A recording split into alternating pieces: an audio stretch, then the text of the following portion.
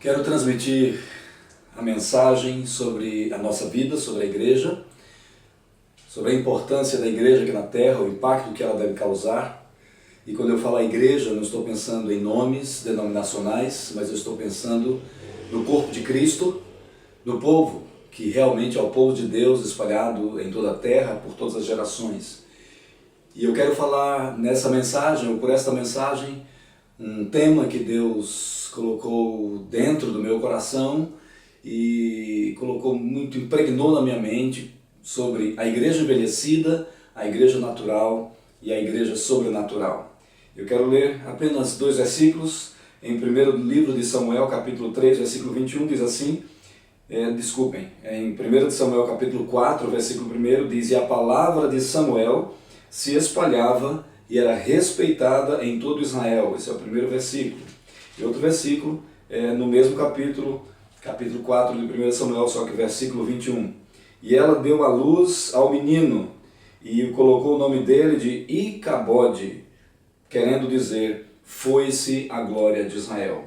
Então, 2 textos, 2 garotos. A palavra de Samuel se espalhava e era respeitada em todo Israel. E outro texto, e ela deu à luz a um menino chamado Icabode, foi-se a glória de Israel. É um tempo muito importante para repensarmos, especialmente nesses últimos tempos em que vivemos, sobre nós como igreja. Nós nos espalhamos por denominações, cada uma segue um curso, uma forma, um estilo, mas nós temos que parar para pensar qual é o papel real da igreja de Jesus aqui na Terra. Jesus sendo cabeça, a igreja sendo o corpo de Cristo. Não somos do mundo, mas estamos no mundo.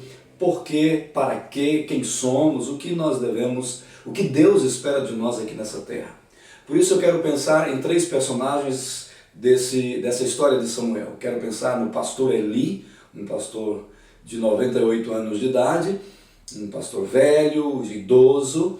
Quero pensar na Penina, uma mulher que teve 10 filhos, não tinha dificuldades para ter filhos. E quero pensar em Ana, uma mulher estéril que não tinha condição de dar à luz a um filho e ansiava por um milagre. Esses 3 personagens, baseado nesses 3, em uma parte da história desses 3 personagens, eu quero falar sobre a igreja envelhecida, a igreja natural e a igreja sobrenatural.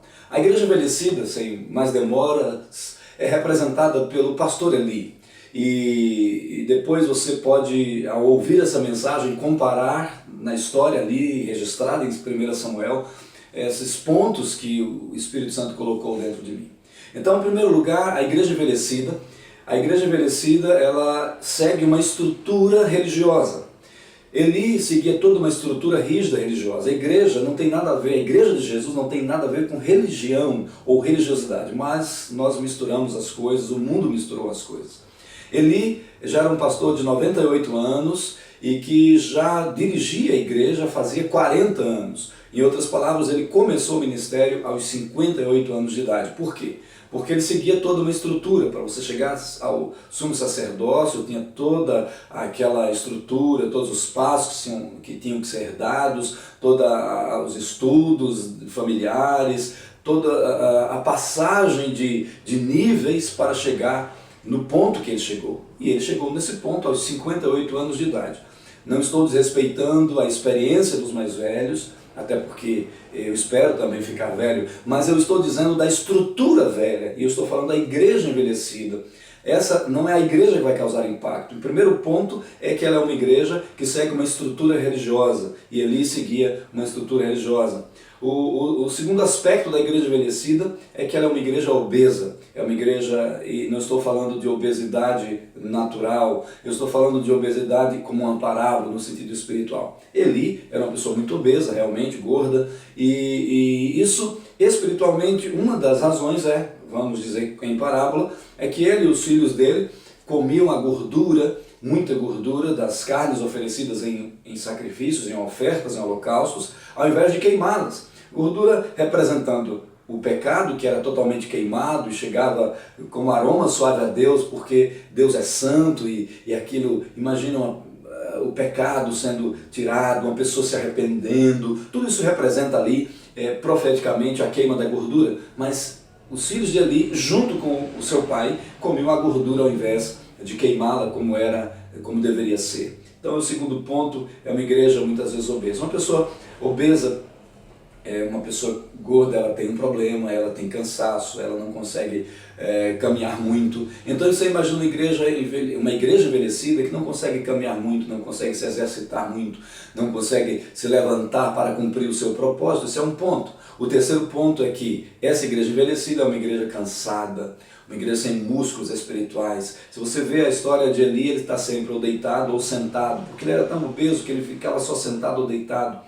Muitas vezes tem sido essa uma parte importante da igreja do Senhor. Ela tem ficado sentada esperando as coisas acontecerem, ou deitada esperando o seu milagre, esperando a sua bênção, ao invés de lutar, ser uma igreja guerreira, uma igreja lutadora, uma igreja que se exercita nos exercícios espirituais da fé.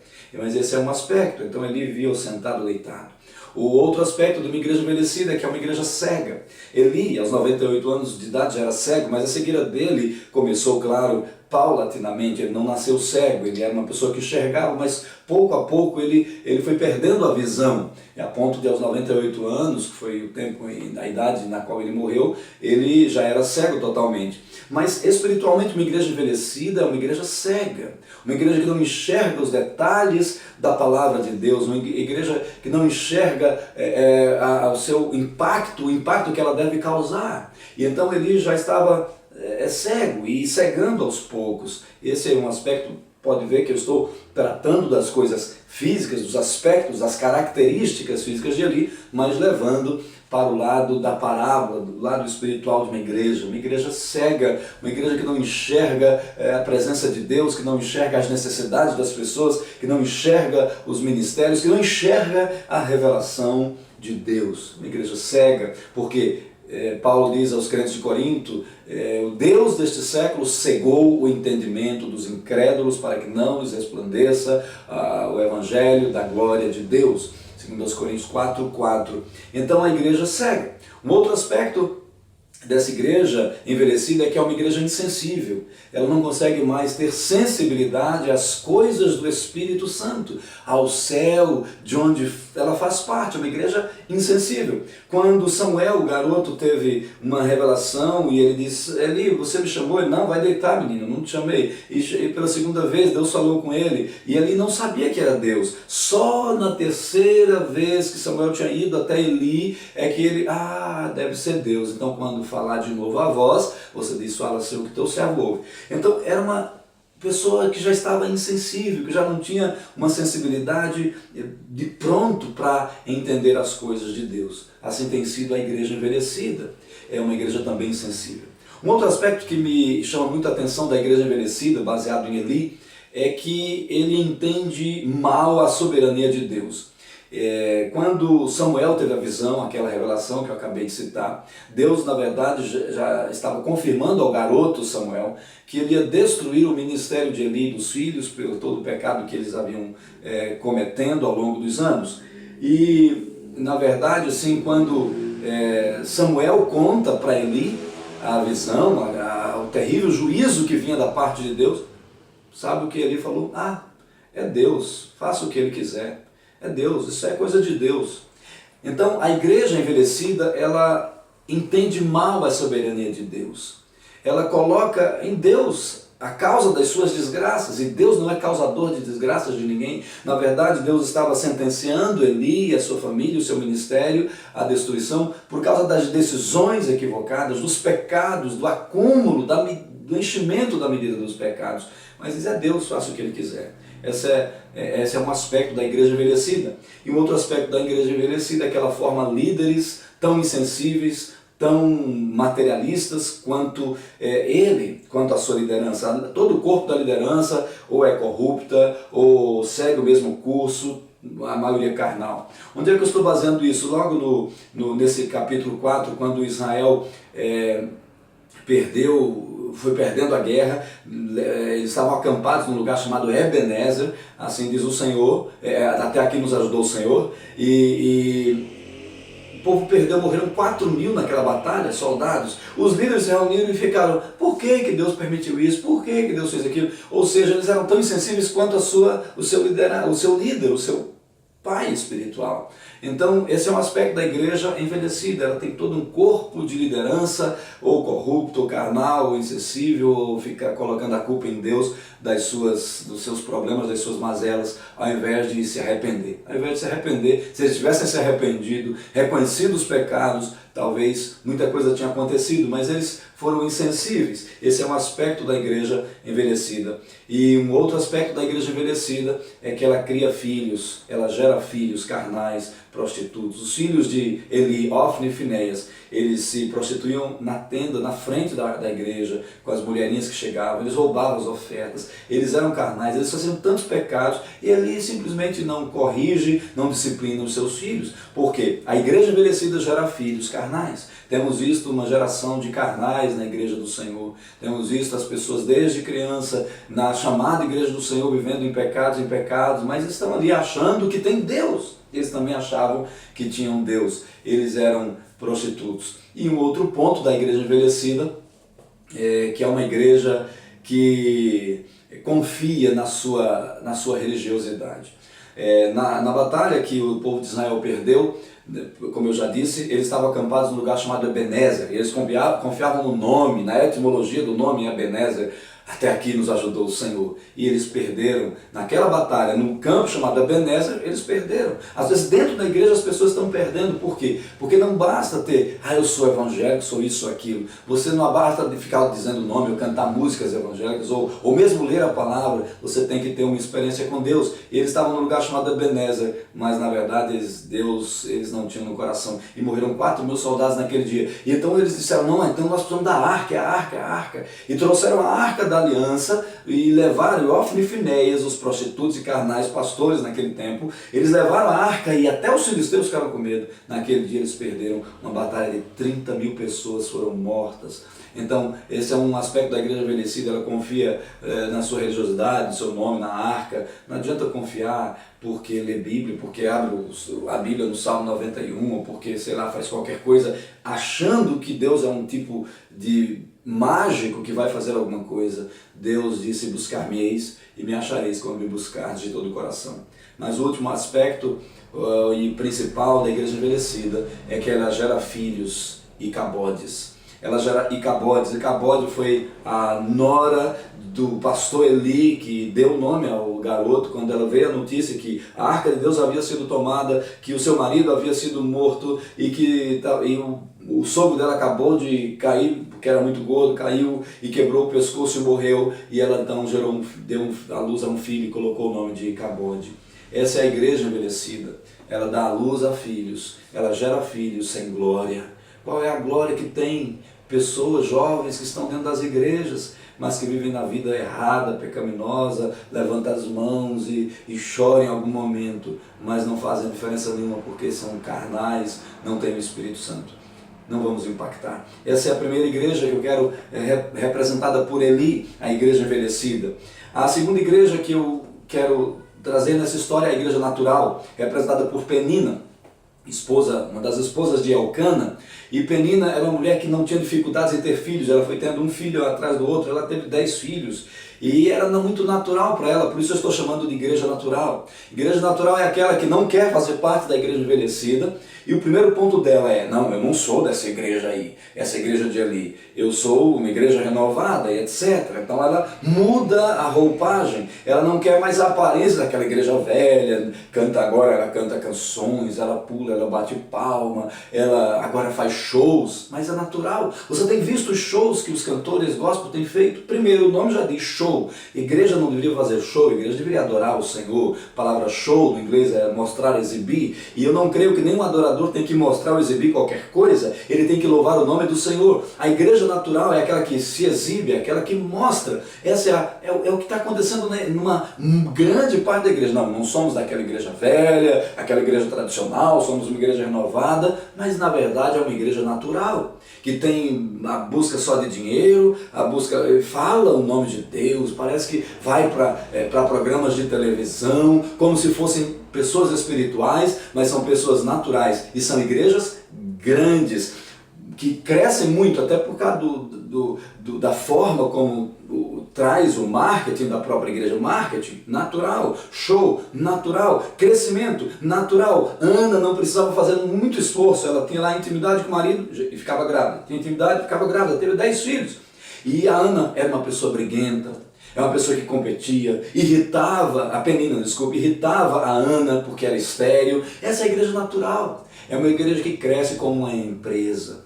Ela não tem muita dificuldade, ela tem dinheiro, ela tem condições, ela tem aberturas na mídia, ela tem tudo isso, é a igreja natural. Os filhos da igreja natural são troféus. Penina exibia, olha, eu tenho 10 filhos, exibia os filhos como troféus. Assim são nas igrejas que estão crescendo, porque a minha igreja, os meus discípulos, as minhas milhares de células são troféus. Não foi Deus que converteu, é o marketing, é aquele estudo teórico daquela revistinha, é a pessoa. E quantas almas você ganhou? Quantas almas ganhou? É uma competição de almas, são filhos que são troféus. Mas você vai analisar que impacto a igreja natural tem causado no mundo.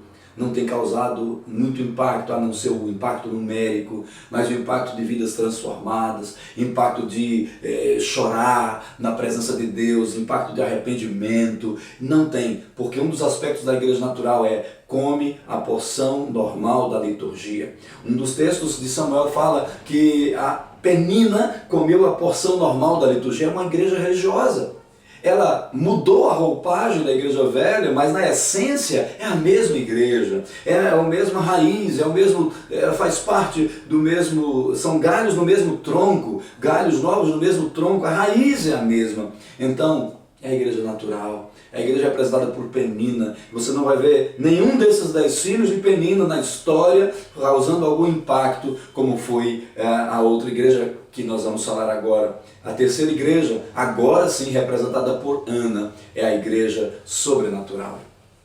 Queridos, eu quero que você atente para isso. Nós queremos causar impacto nesta terra, vamos precisar ser a igreja do céu, a igreja sobrenatural. Não vamos precisar ser a igreja denominacional, que fica defendendo suas causas de assuntos teológicos. Não, vamos precisar ser uma igreja cheia do Espírito Santo. Vamos precisar ser uma igreja, como disse um pastor, meu ex-professor antigamente, não vamos ter que ser uma igreja carismática, temos que ser uma igreja pneumática, uma igreja cheia do Espírito Santo, uma igreja que tem sensibilidade à voz de Deus, uma igreja que ama a Deus de todo o seu coração, de toda a sua força, com todo o seu entendimento, uma igreja que faz a diferença, começando nos pontos. E eu quero dizer dessa igreja sobrenatural, representada por Ana. Em primeiro lugar, é uma igreja estéril em si mesma. Se você quer ser um povo que vai causar impacto, você tem que entender que você de si mesmo nada pode oferecer. Ana não tinha condição de gerar filhos. Queridos, não é o seu marketing de igreja, não é o seu estudo de discipulado que vai fazer alguém se converter. Segundo eu entendo pela palavra de Deus, quem convence alguém do pecado, da justiça e do juízo, se eu não me engano, é só o Espírito Santo. Não é o seu estudozinho, não é a sua a famosa intelectualidade bíblica. Ana sabia que ela não tinha condição de gerar filhos. Você tem que entender e se humilhar na presença de Deus. Nós nascemos em pecado e não temos condição em nós de qualquer coisa, de realizar qualquer feito grande, qualquer proeza. É o primeiro ponto da igreja sobrenatural, é o reconhecimento de que é estéril. O segundo ponto da igreja sobrenatural é arrependimento de pecados. Está faltando isso, doutrina do arrependimento quase não existe mais. Agora, em nome do amor, nós falamos tudo e menos que as pessoas devem se arrepender. Sim, temos que amar as pessoas, mas temos que pregar arrependimento. João Batista pregava arrependei-vos porque é vindo o reino de Deus. Jesus pregava arrependimento, arrependei-vos porque é chegado o reino de Deus. Arrependimento é o segundo ponto de uma igreja sobrenatural. O primeiro é o reconhecimento de que ela nada é, o segundo é arrependimento. A Ana chegou no templo e começou a chorar, e a Bíblia diz que ela derramou a amargura diante de Deus. Qual era a amargura dela? A amargura dela era porque ela não tinha filhos, a amargura dela era porque a outra tinha muitos, ela tinha problema de autopiedade, de rejeição, de raiva, ela tinha um monte de coisa, ela derramou amargura diante de Deus. Esse é o segundo ponto. O terceiro ponto da igreja sobrenatural é crer na palavra de Deus, literalmente. Deus falou, então ele cumpre. Então, Deus falou, está escrito lá, você tem uma enfermidade, se você crê em Isaías, na palavra do profeta que diz que Jesus tomou as enfermidades, você pode ser curado. Você está ali com medo, num lugar perigoso, mas você crê que a Bíblia diz que o anjo do Senhor acampa ao seu redor, vai, porque o anjo está ali. Ou seja, não rasgue a palavra de Deus. Você crê que a Bíblia diz para se encher do Espírito Santo, se encha do Espírito Santo. Você crê que Deus falou dos dons espirituais, eles não cessaram, não, nenhum dom espiritual cessou. Então vá, creia e viva a palavra de Deus. Terceiro ponto da igreja, o Eli, mesmo sendo um pastor velho, que falou, então se Deus cumpra o desejo do seu coração. Ela se alegrou, aquela palavra foi rema, palavra revelada para ela, e ela já se alegrou antes de gerar filhos. Ela se alegrou com a palavra. Esse é o terceiro ponto. O quarto ponto da igreja sobrenatural é fazer votos a Deus e cumpri-los. Esse é um ponto da igreja sobrenatural. Ela disse, Deus, eu não tenho filhos, mas se o Senhor me der um filho varão, eu entrego ao Senhor. Ela fez um voto, e ela fez um voto ao Senhor para cumpri-lo, com desejo de cumpri-lo. Ela gera filhos para Deus. Esse é o voto. A igreja sobrenatural não tem filhos para si mesma, ela tem filhos para Deus. É uma igreja que faz a diferença porque ela oferece os filhos realmente a Deus. Querido, o seu filho, aproveitando para falar, o seu filho é para quem? É para fazer o curso, para você ficar famoso, para você se alegrar e ser exaltado com a fama do seu filho? Ou o seu filho é para a glória de Deus? É só para você entender isso. Esse é um dos pontos da igreja sobrenatural. E um dos pontos da igreja sobrenatural é que quando ela tem a bênção do Senhor, ela entrega, cumpre o voto ao Senhor, mas ela alimenta, ela amamenta os seus filhos no genuíno leite espiritual. Nós precisamos começar com leitinho, não precisamos com coisas mirabolantes. Ela amamentou o Samuel por 3 anos antes de entregá-lo lá definitivamente à casa do Senhor. Isso representa que a igreja tem que olhar os pequeninos. A igreja não pode ficar só... Primeiro que não é empresa para chamar de departamento, é ministério, departamento infantil. Não, tem que ser ministério, ministério com as crianças, olhar por elas, orar por elas, cuidar delas, amamentá-las no genuíno leite espiritual. Inclusive as crianças, adultas, crianças na fé. Esse é um aspecto da igreja sobrenatural. Outro aspecto da igreja sobrenatural é vestir os pequeninos com vestes santas.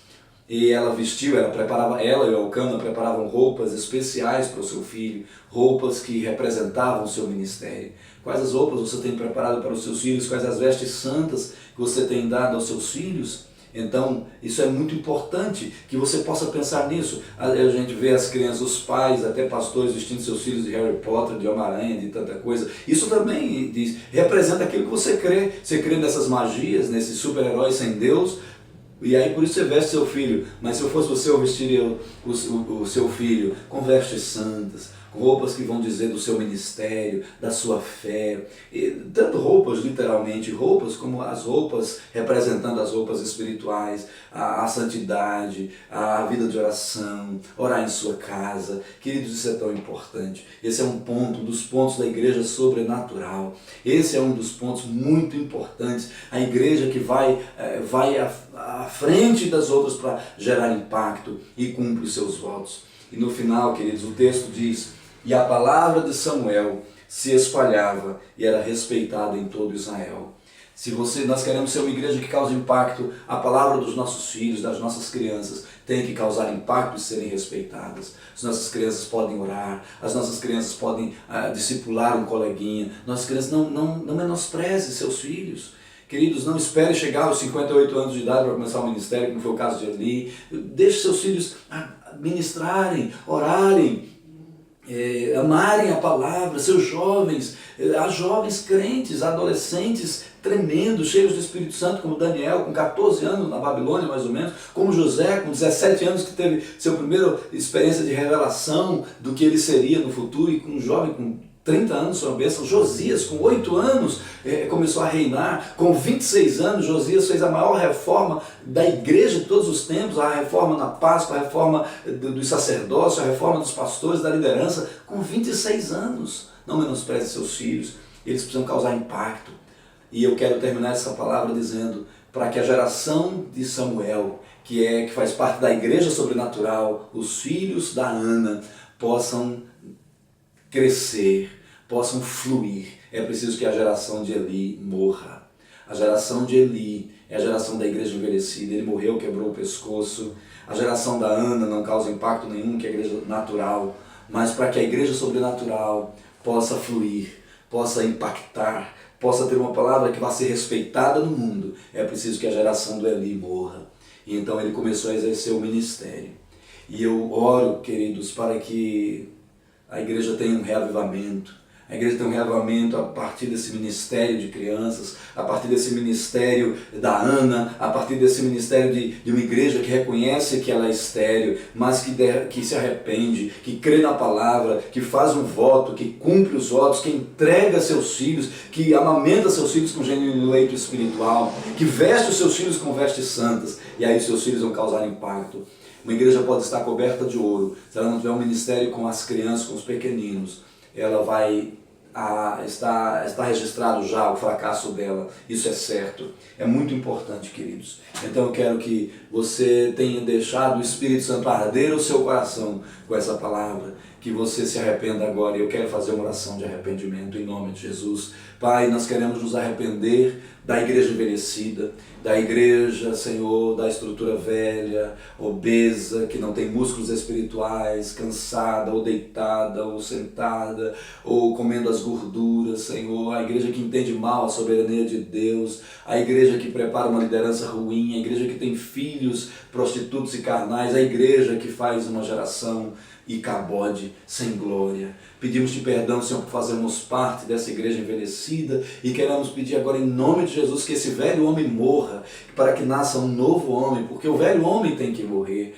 Senhor, a tua palavra sempre diz que o velho homem tem que morrer. Eu não posso vestir uma roupa nova em cima de uma velha roupa. Eu não posso receber o vinho novo dentro de um odre velho. Senhor, nos perdoa, nos limpa, nos transforma. Mas eu também, Senhor, quero te pedir perdão pela igreja natural que tem acontecido, essa igreja dos shows, essa igreja das aberturas na mídia, essa igreja que está andando de mãos dadas com o mundo, é a igreja natural, é a igreja penina, que não tem problema de crescer, ela cresce, cresce, cresce, tem dinheiro, mas ela falta o principal, falta o teu Espírito Santo. Pai, nós queremos ser uma igreja Samuel, a igreja gerada por Ana, no sentido espiritual, profético e como parábola. Nós queremos ser essa igreja dessa geração de Samuel, essa igreja que nasce por um milagre. A igreja sobrenatural, ela vem de um milagre, ela não vem do natural, ela não veio porque a Ana tinha capacidade de gerar filhos porque ela era estéril, ela veio porque o Senhor se lembrou do voto e o Senhor abençoou e o Senhor gerou aquela criança no ventre da Ana. Gera em nós uma nova vida. Gera em nós um reavivamento, livra-nos, Senhor, da nossa teologia, da nossa intelectualidade bíblica e leva-nos para causar impacto neste mundo. Senhor, que se cumpra na igreja, no remanescente da tua igreja nesses últimos tempos, que a palavra do Samuel seja espalhada e respeitada por todo Israel, por toda a terra. Ajuda-nos, Senhor, em nome de Jesus. Amém. Deus te abençoe.